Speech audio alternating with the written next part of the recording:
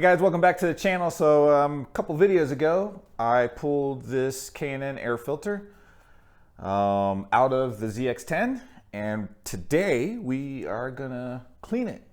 It's kind of like a three-stage process. We're gonna spray it down with some special cleaners.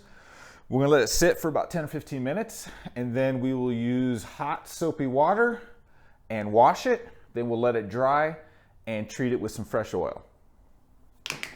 Cool. Break. Go team. All right, so before we spray this guy down with our cleaners, I wanted to kind of highlight a difference between this kind of K&N air filter versus the foam filters that I run in these dirt bikes. And I don't know technically what the difference is between the cleaners, but this is Uni foam filter cleaner. It specifically spells out the word foam. I don't consider this, and many other people will tell you the same thing, to be a foam filter. It's got some kind of foam-like material. It might be cotton. I don't really know.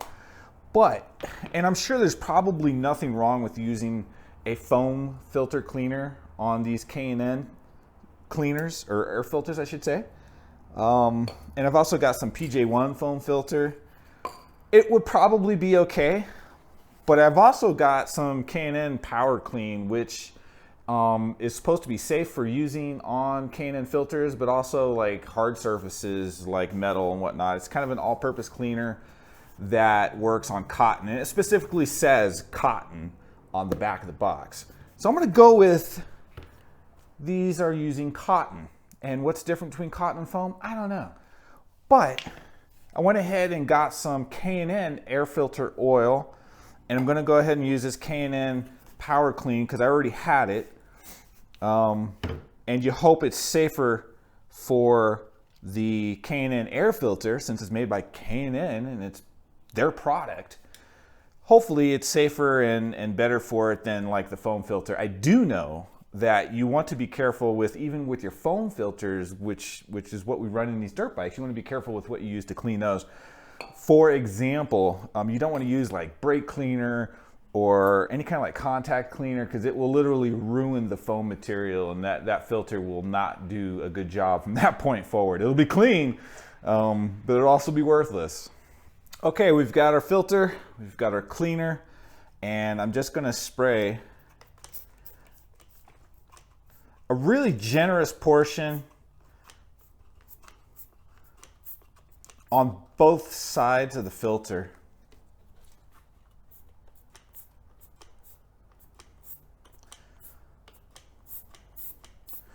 Yeah.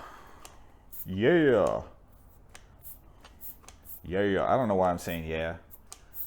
This is just a kind of a boring, you guys sitting here watching me spray this filter. The trigger on this bottle, I've had this for a long time, the trigger on this bottle does not return very quickly. So it's like spray, and it returned pretty quick that time. There it goes. It gets stuck every once in a while, like every other pull. Anyway, we've got enough cleaner on here. I'm gonna let this sit, and this stuff doesn't smell very good. I'm gonna let it sit for about 10-15 minutes. And then in the meantime, I'm gonna go fill up a bucket with some hot soapy water, and then we'll wash the filter out. I'll be right back. All right, can you see me? I'm back. I've got my filter, I've got my bucket of hot, like warm to hot. It's not like gonna scald my hands hot, obviously, because I gotta put my hands in there, but I believe in the heat being able to break the dirt apart. I think it helps. And then I've got some dish detergent. I've been washing foam filters on my dirt bikes using dish detergent and cleaner. Sometimes I'll put cleaner inside the water, mix it all about. Hasn't ruined my foam filters ever. So I think dish detergent is okay, but use at your own risk because monkey butt ain't gonna be your problem. Yeah, let's get to it, man. Woo. So I'm just gonna swish it all around, make a mess. That's what I'm good at. And we're just gonna keep kind of splashing it through the water.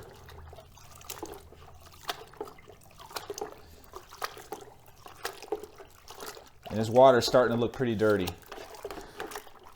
Oh yeah. Now, the intake side is starting to look as clean as the filtered side. Not sure what to call it, but basically the air travels through here. This is the side that catches all the dirt and any bugs that make it through your intake system. This is the side where the clean filtered air comes out and gets sucked in by your engine.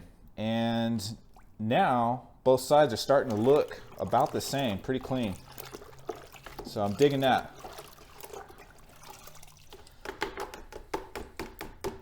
All right, so I lied. I said there were 3 steps. There's actually 4 steps.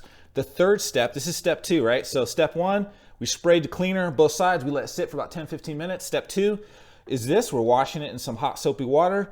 Step 3, we're gonna take a hose and just pour water, not with a high pressure, just right out of the end of the hose. No attachments or anything, no pressure washers, anything like that.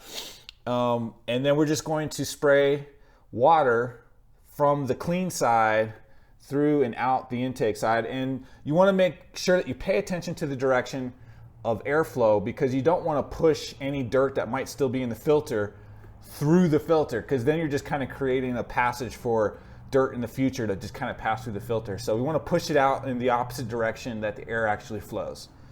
And I don't know if you can see me because I got the camera tilted down towards the bucket, and I'm just happy the camera hasn't fallen off the mount into the bucket of water.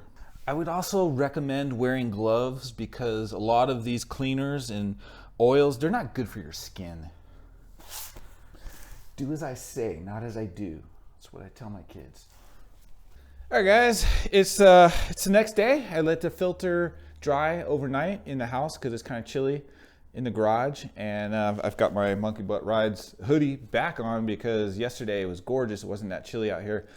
Today, not quite as warm, a little bit chillier, so hoodie back on. We went ahead and sprayed the K&N filter, and basically I sprayed both sides, and I just kind of hit each row. So I'm holding the filter sideways, hitting each row. I want to go with the grain, not against the grain. And then I reversed it, did the same thing. I'm kind of hitting it from top down, and so there's 2 sides to each row. So then I flipped it this way, and again, hit each row, back on the other side, hit each row. So we're getting both sides of each row. And I will say that you can't put too much oil on these. It's kind of the opposite of the cleaner. I was very generous with how much cleaner I put on. And with the oil, I'm trying to make sure I cover the entire filter on both sides, but I don't want oil just dripping off of it. Anyway, that's the end of this video. So what did we do? We disassembled the bike, took the filter out. We used not foam filter cleaner, but something safe for cotton fiber, which I believe is what the K&N filters are using. And then we washed that in hot soapy water. We used a hose. I actually did it in my sink.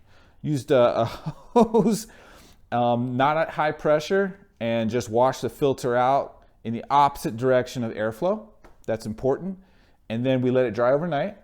And then we just got done spraying a new fresh coat of K&N filter oil, both sides. And that's it, we're done. And I used a paper towel to kind of wipe off the excess. You're not going to be perfect. You're going to spray beyond the edges, and your filter casing, the holder, the plastic part will get full of oil. So wipe that down with a paper towel. I'm gonna let it sit and dry for a little bit, not very long, not overnight, maybe 30 minutes, an hour. And then I'm gonna stick it back in the bike, put the bike back together, and I'm done. So thanks for watching, guys. And if you are so inclined, subscribe. I would appreciate it. Thumbs up, thumbs down, whichever kind of floats your boat. If you want to know, if you want to get notifications, hit the little notification bell. And until then, guys, we'll see you in the next video. Keep the rubber side down. Bye.